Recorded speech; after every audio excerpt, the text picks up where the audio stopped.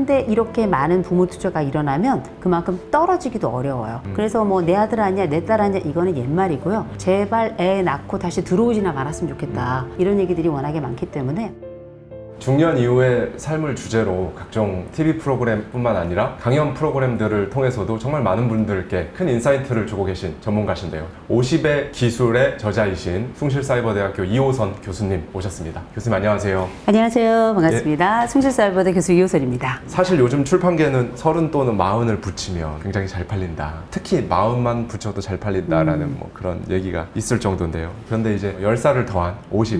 저는 아직 40대여서 50을 경험해보지 못했기 때문에 굉장히 궁금합니다. 특히나 책을 쫙 펼치면 처음 정말 딱 와닿는 글귀가 50, 잔치가 시작되었다. 네, 그렇게 나오잖아요. 네. 50이라는 키워드를 선택하신 이유가 뭘까요? 일단은 이제 30, 40 굉장히 좋은 나이고요. 네. 근데 그 나이에는 뭘 알겠어요. 보통 우리가 이제 40이면 물을 읽어간다 생각하지만 그건 옛날 얘기고요. 지금은 우리가 뭐 재수없으면 200살 사는 세상이잖아요. 그러면 정말 우리가 삶에 있어서 번쩍하고 귀가 뜨이고 삶에 있어서 절실함을 느끼는 성인기가 언제인가. 제가 볼 때는 이 50이 그 기점이 아닌가 싶은 게 이 50이란 나이로부터 시작해서 이제 우리는 은퇴도 시작하게 되고요. 아이들의 성장도 거의 완결이 되고요. 더 나아가서 돈은 이제 앞으로 찌그러질만 남았고요.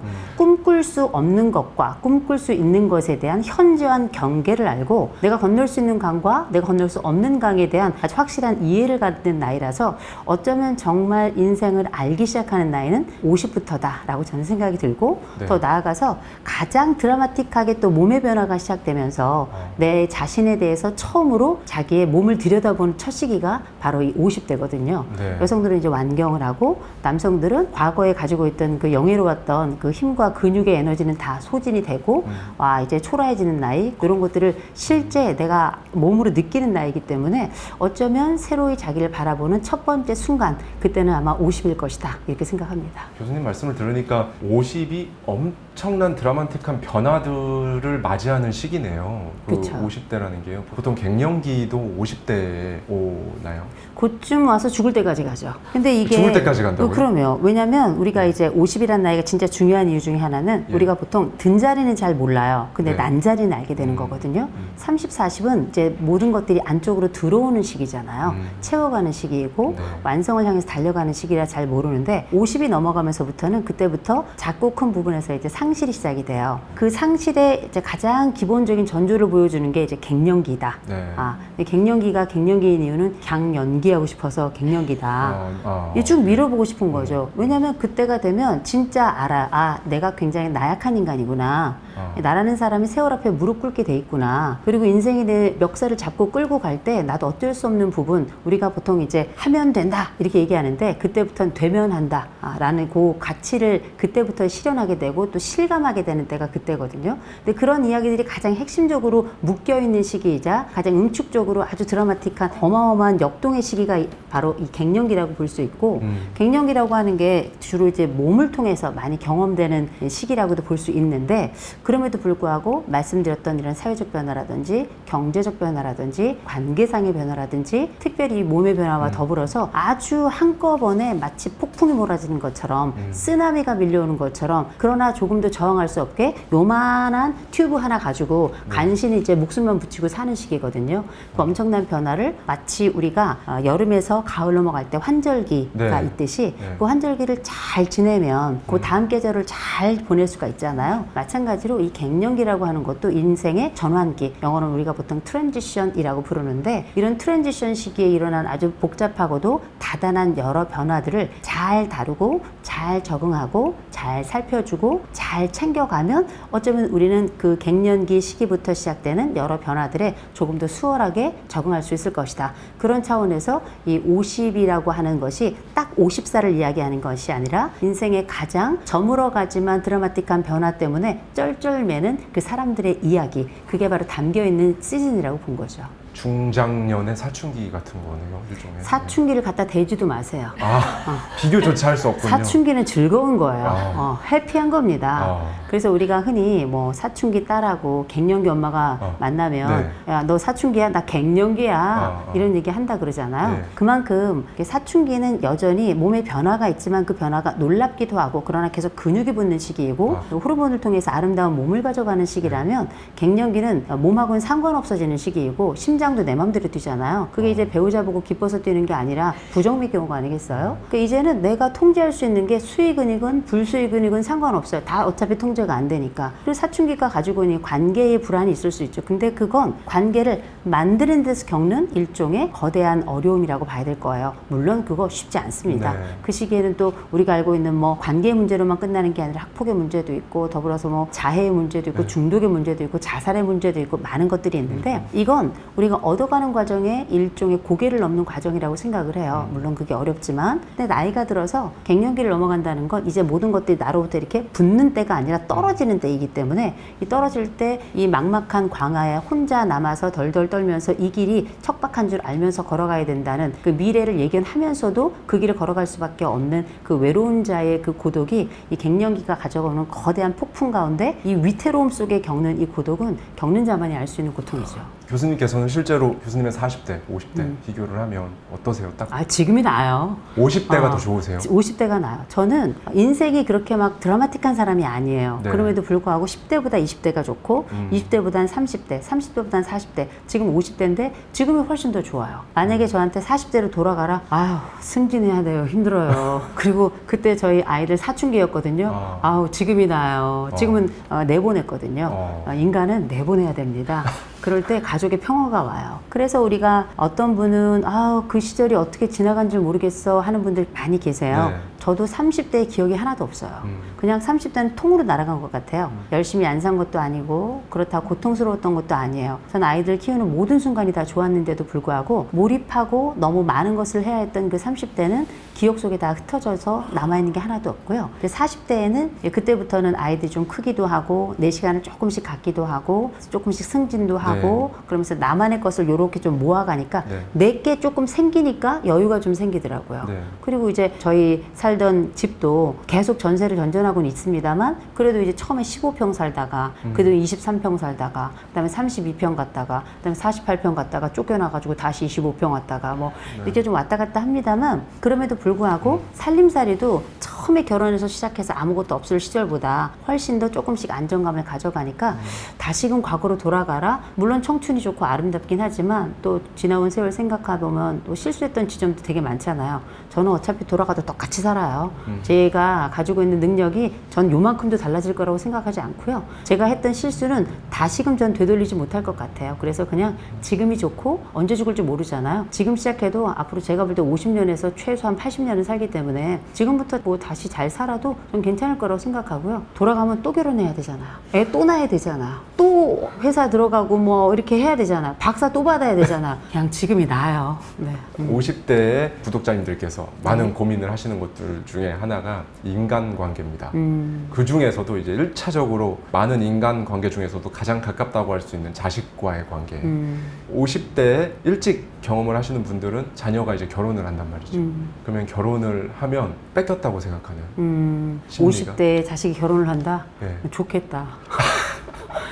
연애도 안 해, 결혼도 안 하겠다 그래. 이런 집들이 굉장히 많아요. 그렇죠. 요즘 그러면, 진짜 많죠. 아니 뭐 저희가 결혼하라 그런 것도 아니고 뭐 어떤 압력을 준 것도 아닌데 스스로 마치 독립선언서를 읽는 것처럼 그러면 진짜 독립이나 하든가 독립도 안 하면서 결혼도 안 하겠다 그러면 늙어서 저희 연금에 빨대 꽂겠다는 얘기밖에 안 되거든요. 지금 자녀분하고 같이 살고 계세요? 아니 저희 나 내보냈어요. 내보내셨다고 그러나 하셨죠. 월세를 내주고 있다는 거. 아하. 뭘 놀래요? 직장생활. 아니요, 아직 애들이 대학을 졸업을 못했어요. 대학생이시군요. 네. 저희는 애들이 28살 12월까지만 지원을 하기 때문에 그때까지는 아이들이 모든 수단과 방법을 가리지 않고 지원을 받으려고 애를 쓰더라고요. 근데 전 그거 괜찮다고 생각을 하는데 어쨌든 이 아이들도 시간이 지나고 나면 자기네들의 터전을 찾아가고 또 누군가의 또 배우자가 될 수도 있고 누군가의 파트너로서 또 사회 일원으로서 그렇게 살아가게 될 거예요. 그건 전 굉장히 자연스러운 일이라고 생각을 해요. 그런데 적어도 엄마로 산다는 것, 또 아버지로 산다는 것, 또 부모로 오랫동안 살아간다는 건 또 그리고 아이들을 사랑하면서 살았다는 거는 부모 투자가 일어났다는 거예요. 부모 투자라는 건 돈도 투자하죠. 시간도 투자하죠. 청춘도 투자하죠. 거기다 시공간 모든 것들을 만들면서 그 시선이 계속 그들에게 가 있고 정신이 계속 그들에게 가 있잖아요. 모든 것으로 그들에게 다 내놓는 겁니다. 맞아요. 이런 걸 이제 부모 투자라고 부르는데 이런 부모 투자가 우리나라가 조금 좀 많은 편이에요. 네. 정말 애를 쓰고 네. 그리고 이 많은 것들을 해주려고 하고 근데 이렇게 많은 부모 투자가 일어나면 그만큼 떨어지기도 어려워요. 그러니까 우리가 빈둥지 증후군이라는 걸 이야기하죠. 빈둥지 증후군. 그게 예. 이제 영어로는 empty nest라고 부르는데 알을 낳고 그다음에 부화를 하고 그러면 이제 입 벌리는 그 새끼들에게 먹을 걸 갖다가 넣어주고 이렇게 하다 보면 어느덧 깃털이도 풍성해지면서 그 새끼는 커지겠죠. 네. 그런데 어느 순간 먹이를 물고 딱 왔더니만 이 새끼새가 자기가 다 잘하고 혼자 잘한 줄 알고 후두둑 그 엄마에게 인사도 하지 않고 떠나보내는 거 아니겠습니까? 그러면 그 빈자리에서 떠난 그 새끼의 남은 깃털을 보면서 눈물을 뚝뚝뚝 흘린다라고 하는 게 이 빈둥지 증후군의 이제 핵심 이야기잖아요. 좀 슬프네요. 네. 또 그 슬프긴 했는데 땡큐예요. 땡큐다. 나가주면 땡큐죠. 그런데 그 시기가 누군가는 좀 길어서 우울증으로까지 연결되는 분들이 있는 반면에 네. 저는 빈둥지 증후군은 저는 신화라고 생각하는 사람입니다. 막상 제 주변에 아이들 키워내고 그리고 독립시키고 이 아이들에 대한 어떤 say goodbye, 안녕을 고하면서 마음을 나눴던 분들 중에는 정말 아이들과 이별할 때 어렵다, 힘들었다, 마음 아팠다 하는 분들도 계시지만 집안에서 안녕도 구하지 않고 붙어있는 애들이 더 힘들다라는 집들이 훨씬 많고요. 또 막상 아이들이 떠난 다음에도 요새는 SNS 있죠. 네. 요새 뭐 가족들 간에 그쵸. 단톡방 다 있죠. 그래서 아이들하고 연결 지점이 워낙에 많아요. 그래서 뭐 내 아들 아니야, 내 딸 아니야 이거는 옛말이고요. 제발 애 낳고 다시 들어오지나 말았으면 좋겠다. 이런 얘기들이 워낙에 많기 때문에 실제 빈둥지 증후군을 앓고 있는 분들은 5%밖에 안 됩니다. 외국의 저널에서도 당연히 그렇게 얘기를 하고 있고 한국의 상황도 마찬가지라 그때 그 시점을 흔히 해방 지점이라고 불러요. 그 아이들을 그렇게 독립시키고 난 다음에 오히려 아이들과 정신적인 탯줄, 심리적인 탯줄을 잘 끊어내는 분들이 훨씬 더 많고요. 심지어 정신적 탯줄, 이런 심리적 탯줄을 끊어낸 다음에 본인의 삶을 위해서 이제부터 나의 자존을 지키고 나의 삶을 살아보겠다 하고 조론이나 경우에 따라서 이혼을 선택하는 분들도 계시니까요. 맞아요. 우리가 알고 있는 빈둥지는 옛날 20세기에 알고 있던 빈둥지와는 완전히 다른 이야기가 됐다라는 거죠. 요즘 왜 과거 이제 영상 자료들을 보면 32세 이렇게 나와 있는데 지금 보면 거의 50대 이상 비주얼로 이렇게 네. 나오거든요. 그렇죠. 근데 지금은 40, 50대는 이렇게 보면 한 3, 40대 같지 막 와, 50대 후반 뭐 막 그렇게 안 보인단 말이죠. 옛날 거 보면 약간 북한 TV 보는 것 같아요. 맞아요. 네. 그런 걸 보면서 어떻게 이렇게 다룰 수가 있지? 막 너무 충격을 받았다는 거죠. 이게 이제 교수님께서 책에서도 말씀하신 액티브 시니어와도 네네. 이제 연결이 되는 것 같은데 네네. 물론 뭐 이제 예전에 비해서 영양 상태도 좋아지고 뭐 우리나라가 이제 더 경제적인 여력도 좋아짐에 따라서 그런 변화들이 있었겠지만 기본적으로 사고방식이나 사는 라이프 스타일이나 40, 50대가 예전 40, 50대가 아니잖아요. 네네. 네, 이런 변화는 뭐 때문에 이렇게 이제 됐다고 보시나요, 교수님?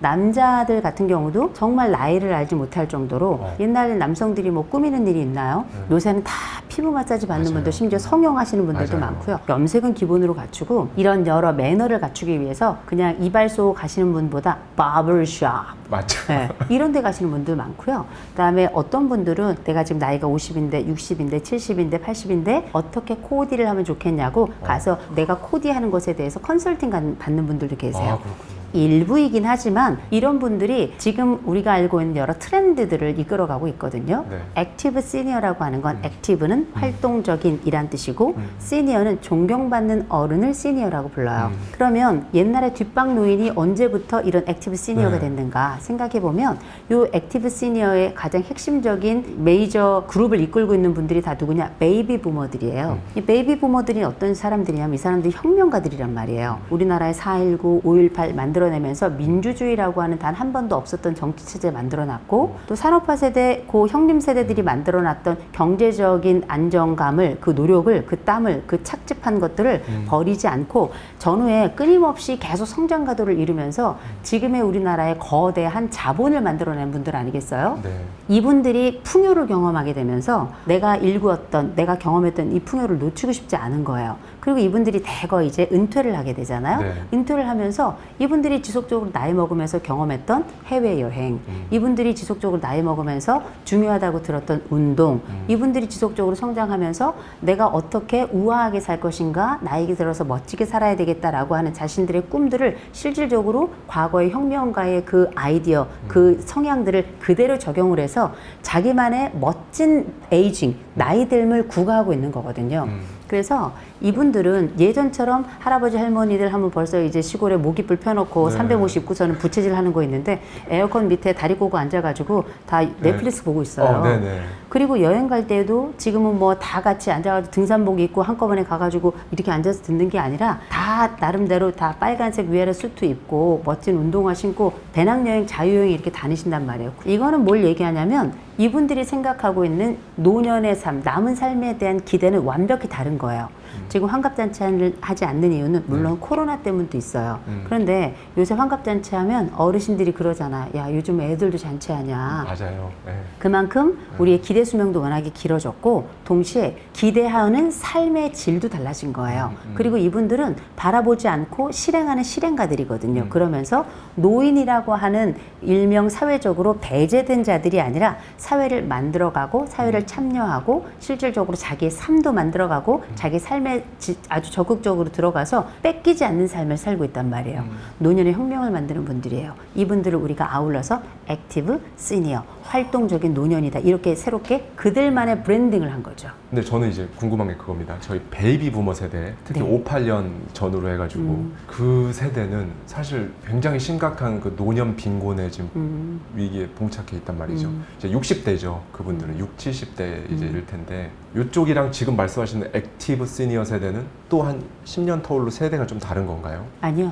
그분들 다 겹쳐요. 겹치는 건가요? 겹치는데 네, 우리가 네. 보통 베이비 부모들이 1차하고 네. 2차로 나누어지는데 네. 1차가 55년부터 63년까지고 네, 네, 네. 2차가 74년까지. 그런데 이 세대들이 다 베이비 부모들이고 이분들이 다 우리나라 정치 역사, 문화 역사 그리고 경제 역사 만든 분들이에요. 그래서 이분들은 다 액티브 시니어들이 맞고요. 그리고 이제 이분들이 가장 주장하는 것 중에 하나가 뭐냐면 내가 살아갈 때 돈이 중요하다는 걸 아주 대놓고 이야기 시작한 첫 번째 자본력을 가지고 자본의 중요성을 가지고 자본의 맛을 알고 자본을 혀로 핥은 분들이에요.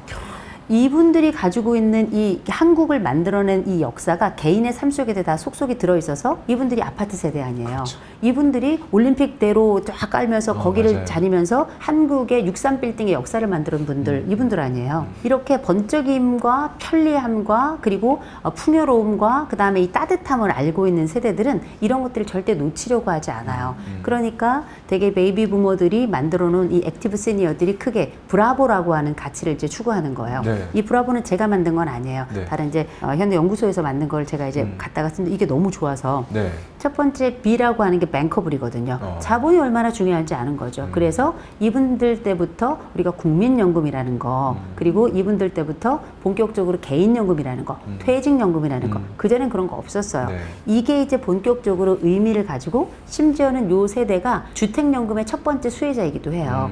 그래서 이 세대들이 가지고 있는 이 자본의 중요성과 자본을 다루는 힘 이게 왜 중요하냐면 우리가 흔히 청로경제라고 부릅니다. 이분들이 옛날에는 딱 머리 밑에 있는 혹은 뭐 장판 밑에 다 돈 집어넣어놓고 쓰지 않는 구두쇠 세대처럼 생각이 들지만 요 세대부터는 그렇지 않아요. 요건 요 전 세대 한국전 이전에 탄생한 산업화 세대들이 저축으로 살았다면 요 베이비 부모들은 투자의 시대를 살았던 사람들이잖아요. 지금은 절세의 시대지만 그렇게 투자의 시대를 살았던 사람들이 굉장히 과감합니다. 그러면서 자기 자신에 대해서 쓰는 것도 아까워하지 않아요. 그러려면 뭐가 있어야 되겠어요? 돈이 있어야 되는 거예요. 이분들이 홈쇼핑의 역사를 만들어낸 분들 아니에요. 그렇죠? 우리나라 엄청난 역사는 다 베이비 부모들이 일궈냈거든요. 그래서 이분들은 첫 번째 자기들만의 작더라도 자본을 가지고 있다는 거. 그렇기 때문에 빈곤의 수준이 우리가 알고 있는 이전 세대 산업화 세대의 빈곤하고는 다른 측면을 가지고 있는 거예요. 그래서 흔히 말하는 3층 연금, 4층 연금 얘기가 여기서 나오는 거잖아요.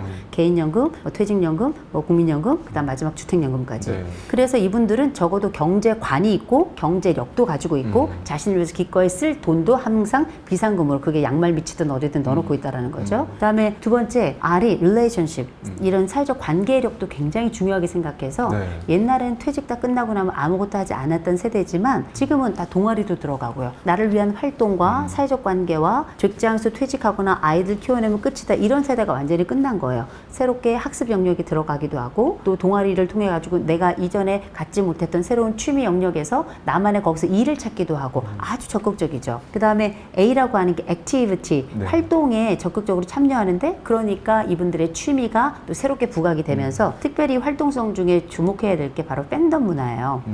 뭐 영웅시대와 같은 이런 팬덤 문화가 굉장히 이게 엄청난 이 베이비 부모들이 가지고 있는 또 이전 노인들과 다른 이 세대들이 가지고 있는 아주 독특한 특성인데 원래 그거는 중고생들이나 쫓아다니던 네. 그 사생팬들이나 하고 막 이런 걸로 생각했지만 사실 우리만의 품고 있었던 그 옛날에 나훈아와 남진 시대의 기쁨과 조금 더 커서는 조용필과 이용 그다음에 이제 이문세의 문화까지도 맛본 세대거든요. 요 세대들이 가지고 있는 이 문화적인 충족감을 그리고 개인적인 이 마음의 활동에 대한 수요들을 사회적으로도 개인적으로도 이걸 실현하고 있는 사람들이 바로 이 사람들이거든요. 엄청난 사람들이고 에너지도 대단하고요. 그리고 V라고 하는 거는 valuable consumption이라고 해서 이건 가치 소비를 얘기하는 거예요. 그러면 가치 소비라고 하는 건 뭐냐면 옛날엔 오로지 내가 가지고 있거나 아니면 나만을 위한 것을 생각했다면 이제 기부 문화도 활성화되고 있고요. 실제 공동체를 위해서 다음 세대를 위해서 또 무엇보다 나를 위해서 가장 가치 있는 소비는 어떤 것일까에 대해서 과거에 없던 문화들이 또 새롭게 만들어지고 있거든요. 그 마지막에 O, occupation이에요. 우리가 이제는 제2의 직업, 제3의 직업 이런 얘기를 하잖아요. 그래서 이제는 베이비 부모들이 그 전에 없던 문화를 만들어냈는데 그거 중에 하나가 뭐냐면 백해복해라는 걸 했어요. 백해복해가 뭐냐면 vocation in vacation. 내가 직장을 다닐 때 약간 짬이 나요. 휴가가 뭐 3일, 일주일 휴가가 나면 그때 내가 그 전에 갖고 싶었지만 밀어놓았던 나의 일종의 소망, 내 또 하나의 직업, 이 마음의 직업을 일주일 동안 체험해 보는 거예요. 그래서 뭐 내가 주방장을 하고 싶었어. 그럼 그 전에 평소에 요리학원 다니다가 그 일주일 동안 딱 주방 보조로 들어가서 아르바이트처럼 이렇게 하고 이런 식으로 나만의 이런 활동이 또 직업이 되게끔 하고 옛날에야 뭐 노인 누가 일을 하나요? 그냥 담뱃대 물고 있다가 그냥 가시는 거죠.